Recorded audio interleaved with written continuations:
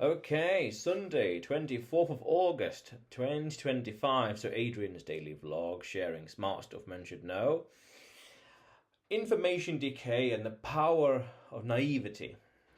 Now, I did a video a few months ago about information decay and how, over time, information, ideas, concepts, theories, and laws, whatever else, laws are all different, become redundant, obsolete, outdated, disproven, debunked, etc. So that means that the ideas you have today may only be half as valuable in, say, 15 years. And in 30 years from now, it will be totally irrelevant, redundant, obsolete, archaic thinking. In the same way, let's say, business models from the 1970s today are redundant because they don't comprise anything with regards to the internet. And yet today, businesses could be built purely digital and internet native, completely different business model, different tech, landscape, potential, etc., etc. But let's go deeper in a sense of naivety. Now, this is something that I've noticed, and so it's largely anecdotal, but there's some profound concepts here. I don't really keep up to date with what's happening in general. I stay focused on my lane, my sectors, my domain. I focus. Study. In one way, you could say I am focusing on information leverage by saying the half-life of this information, meaning as to when it's half as useful or when it becomes redundant or obsolete, is, say, 20 years, 40 years, 100 years, depending on some things. One or two things that will be there forever. So no half-life, forever relevant.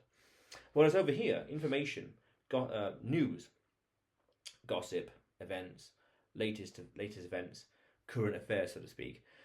The half-life of that could be anything between 1 day to 1 month, depending on how relevant or impactful it is, how meaningful it is to the wider world, society, etc. Because one very interesting principle that I came across in the 4-hour work week about 11 years ago by Tim Ferriss is that if something is important news-wise, you'll hear about it. People will mention it. And we can say you'll hear about it via social media as well. Interesting. People will just talk. They'll want to get your opinion. They'll gossip, the chatter, etc., etc. Now, what's very interesting, there's an interesting crossover here. So I've been talking to people casually at events. And some people who they might be a bit nihilistic and despondent about what's happening in the world and down in the doldrums, so to speak. And I have got no idea what's going off in general. The details, technicalities, the broad sweeps in general, yes. But the nitty-gritty technicalities and events, I don't know. And I say to people, I don't follow current affairs. And they'll say to me, that's probably a good thing. That's probably a good thing.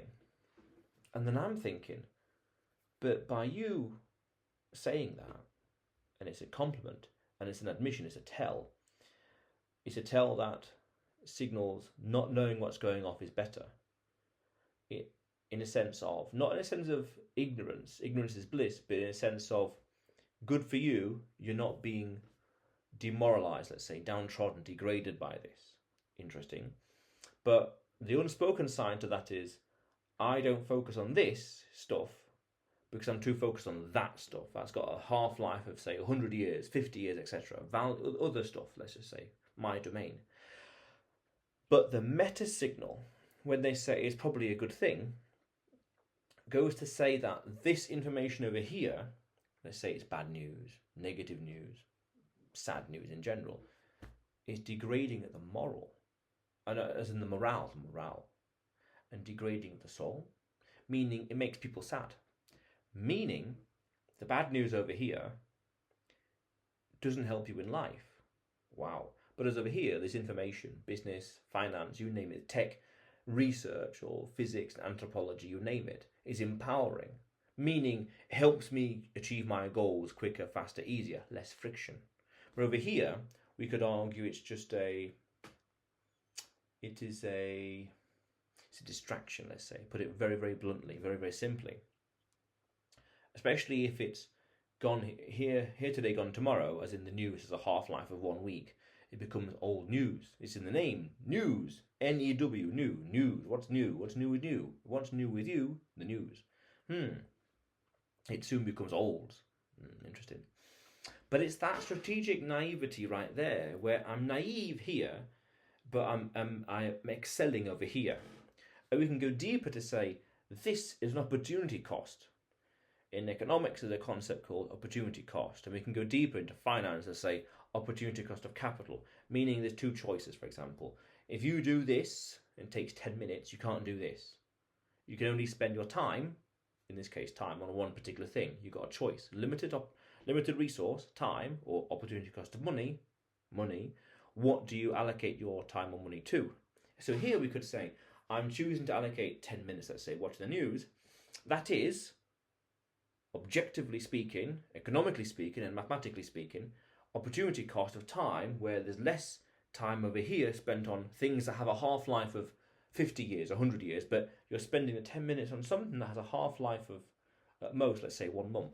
Again, depending on the severity and meaningfulness of the event.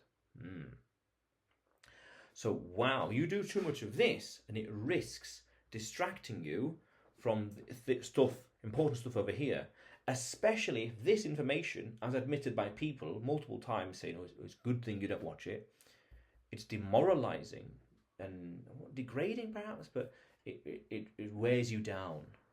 Wow. That is it. That's very naive. It's very nuanced. It's tactical when you think about it in some way, especially after people have said this to me repeated times. It's tactical in a sense of, right, I really want to avoid that because it's going to become redundant in a week.